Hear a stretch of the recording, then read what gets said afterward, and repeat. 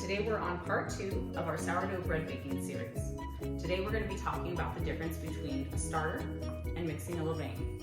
And really they're very similar. The only difference is going to be how creative you're going to get with the bread that you're baking. Now sourdough is sourdough because of the lactic acid bacteria that's inside of it and the wild yeast that come from your environment. That's what makes it a sourdough. But what makes it your own spin on sourdough is the different types of flours that you're going to use. Now today I'm just going to go with our basic recipe of bread flour. This will give you your universal white sourdough bread. Okay, so today we're going to mix our levain. One thing that you need to make sure is that you have your active sourdough starter. You fed it the night before. It's nice and bubbly. It's doubled in size.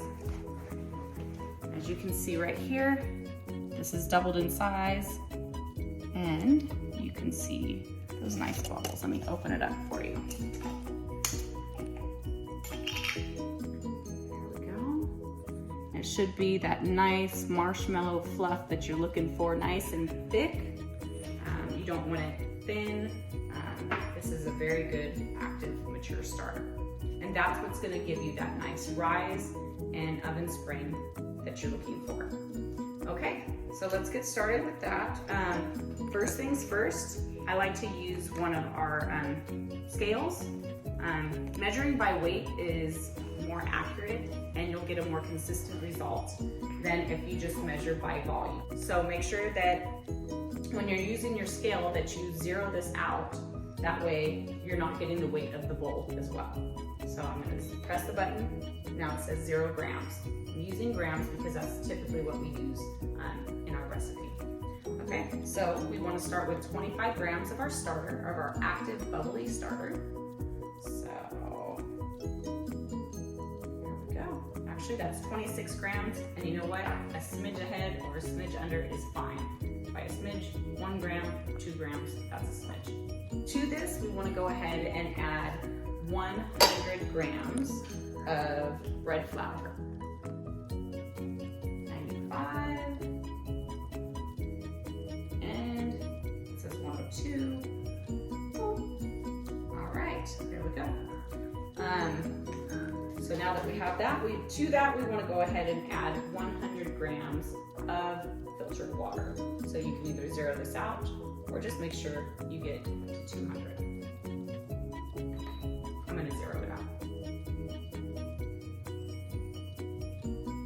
If you're heavy-handed, just go a little slower. 60, 70, 80, 90, and 100. Okay, and that was about a half a cup of water.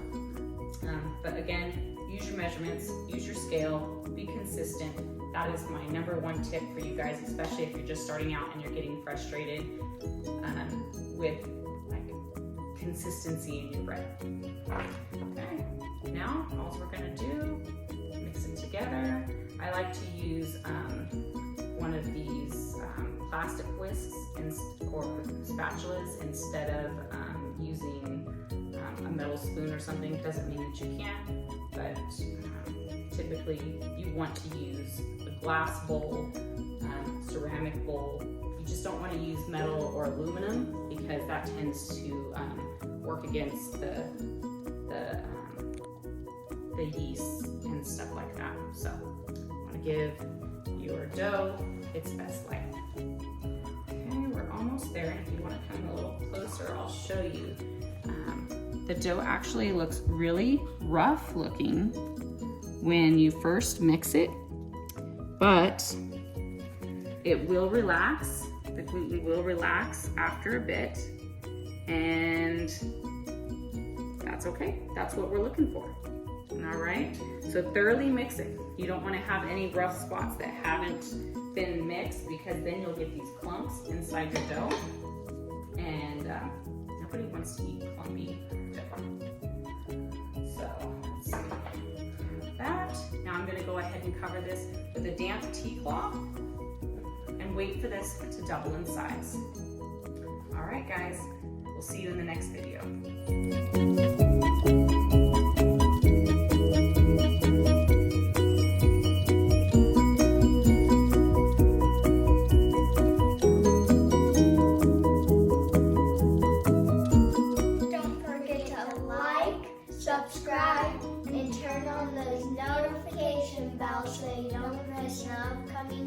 us. And if you have any comments or questions down below, and we will get back to you as soon as we can.